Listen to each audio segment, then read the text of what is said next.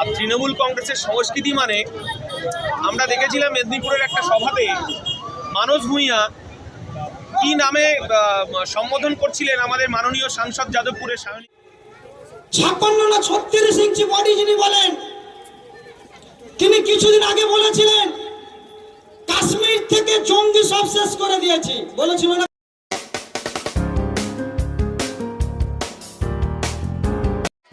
23 April 2025 বুধবার বর্তমান পরিস্থিতির বিষয়বস্তু 26,000 চাকরি বাতিল ও কাশ্মীরের জঙ্গি হামলার বিরুদ্ধে নলপুর সারেঙ্গাপোলের প্রাঙ্গণে একটি প্রতিবাদী সভার আয়োজন করা হয়েছে ইন্ডিয়ান সেকুলার ফ্রন্ট রাজনৈতিক দলের পক্ষ হইতে। এই প্রতিবাদী সভা থেকে আইএসএফের দাপুটে নেতা ডক্টর আফতাব মোল্লার বক্তব্য শুনে নেব। আমি কর্মস্থানে বসে আলোচনা করছি না, এতগুলো মানুষের উপরে এটা কষ্ট নয়, সেটা আমার ভাই।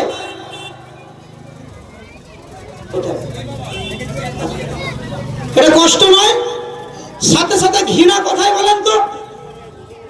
আমার দেশের প্রধানমন্ত্রী 56 না 36 ইঞ্চি বডি যিনি বলেন, তিনি কিছুদিন আগে বলেছিলেন কাশ্মীর থেকে জঙ্গি সব শেষ করে দিয়েছি, বলেছিল না? বলেনি? কত রকমের ধারা তুলে দিয়েছি, সব জঙ্গি মিটিয়ে দিয়েছি। জঙ্গিগুলো এবার আসছে কোথা থেকে আমি জানতে চাই।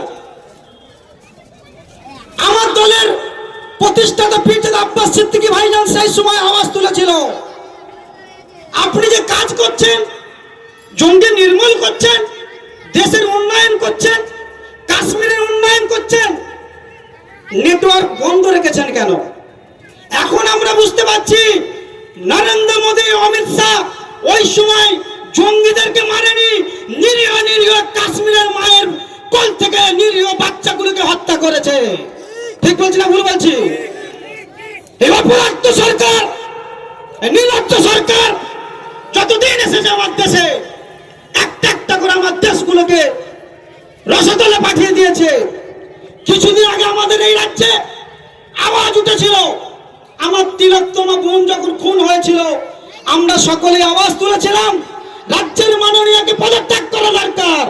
সাথে সাথে আজকে আমাদের দেশবাসীকে আওয়াজ তুলতে হবে, সেন্ট্রাল থেকে কেন্দ্র সরকার, অমিত শাহ এবং বিজেপির যে সরকার আছে, নরেন্দ্র মোদীকে পদত্যাগ করা দরকার। ঠিক বলছি না ভুল বলছি?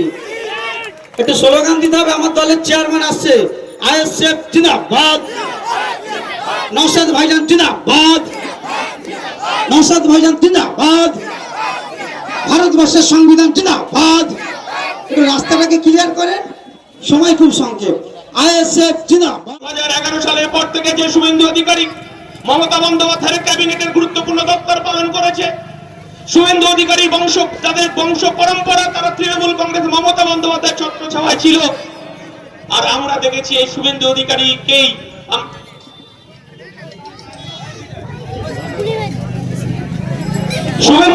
দেখেছি আমরা সাম্প্রদায়িক বীজ ছড়াতে।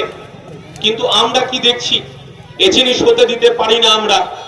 আমরা যখন সম্প্রীতির কথা বলছি, আমরা দেখতে পাচ্ছি মুসলমান তাদের বাপ ভিটের পৈতৃক সম্পত্তির উপর বিজেপি সরকার হাত বাড়িয়েছে, আর তৃণমূল সেখানে সহযোগিতা করছে। শুধু এই সাকরাইলের মানুষের কাছে বলবো যে মমতা বন্দ্যোপাধ্যায় যদি কোনো অপরাধ থাকে, তিনি এই রাজ্যের পদ্ম ফুলের চাষ করেছেন, এই রাজ্যে বিজেপিকে ডেকে নিয়ে এসেছেন, আর তিনি আইএসএফ কে বলছেন হিন্দু পাড়ায় গিয়ে মুসলমানের দল, আর মুসলমান পাড়ায় গিয়ে বলছে বিজেপির দালালি করছে। এর আমরা বিচার চাইছি।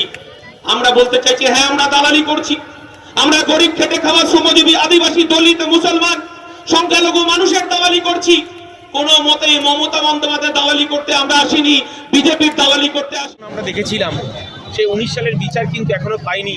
40 জন আর্মি আমরা পুলওয়ামাতে দেখেছিলাম RDX বিস্ফোরণে মারা গিয়েছিল।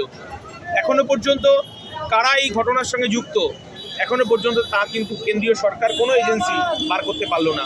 ঠিক তেমনি গতকালকে পর্যটক, 26 তারিখে যে গতকালকে যে পর্যটক যারা গিয়েছিলেন,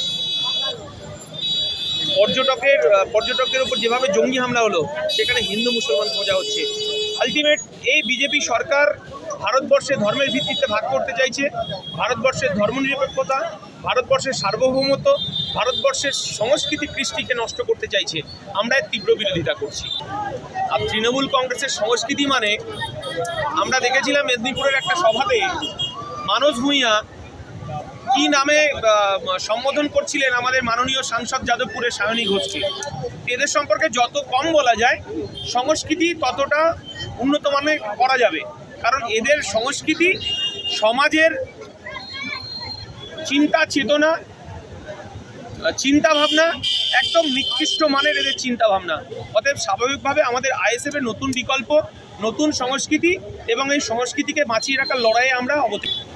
দিল্লি গিয়ে আগেও যখন গরিব খেটে খাওয়া শ্রমজীবী দলিত মানুষের 100 দিনের কাজের অধিকার যখন এই তৃণমূল কংগ্রেস চুরি করল আর বিজেপি বন্ধ করে দিল, তখন যখন গরিব খেটে খাওয়া মানুষ যখন তারা রাস্তায় নেমে প্রতিবাদ করছিল, তখন কিন্তু মমতা বন্দ্যোপাধ্যায় ঠিক একইভাবে বলেছিলেন দিল্লি গিয়ে আন্দোলন করুন। এবং আমরা এটাও দেখেছি দিল্লি গিয়ে মমতা বন্দ্যোপাধ্যায়ের 6 ফুট লাঠির ধাকে তারা পালিয়ে এসে কলকাতায় বসেছিল। তো স্বাভাবিকভাবে মমতা বন্দ্যোপাধ্যায় বারবার যখন মানুষের তার গণতান্ত্রিক অধিকার, তার সংবিধান রক্ষার অধিকার, সার্বভৌমত্ব রক্ষার অধিকারে যখন মানুষ রাস্তায় নেমেছে, মমতা বন্দ্যোপাধ্যায় তখনই খেয়ালিপনা করে এবং এই আন্দোলনকে ভেঙে দেওয়ার নানানভাবে পরিকল্পনা করেছে। তাই মাননীয় মুখ্যমন্ত্রীকে এই কথাটা বলি, তিনি এই বাংলা থেকে এমপি নিয়ে গেছেন পার্লামেন্টে, রাজ্যসভার এমপি নিয়ে গেছেন, এই বাংলার মানুষের ভোটাধিকার নিয়ে তিনি মুখ্যমন্ত্রী হয়েছেন 3 বারের জন্য। স্বাভাবিকভাবে মাননীয় মুখ্যমন্ত্রী তিনি যেন সরকারি কর্মচারীদের কুকুরের সঙ্গে তুলনা করেন, ঠিক পশ্চিমবাংলার সাধারণ মানুষকেও ঠিক এইভাবে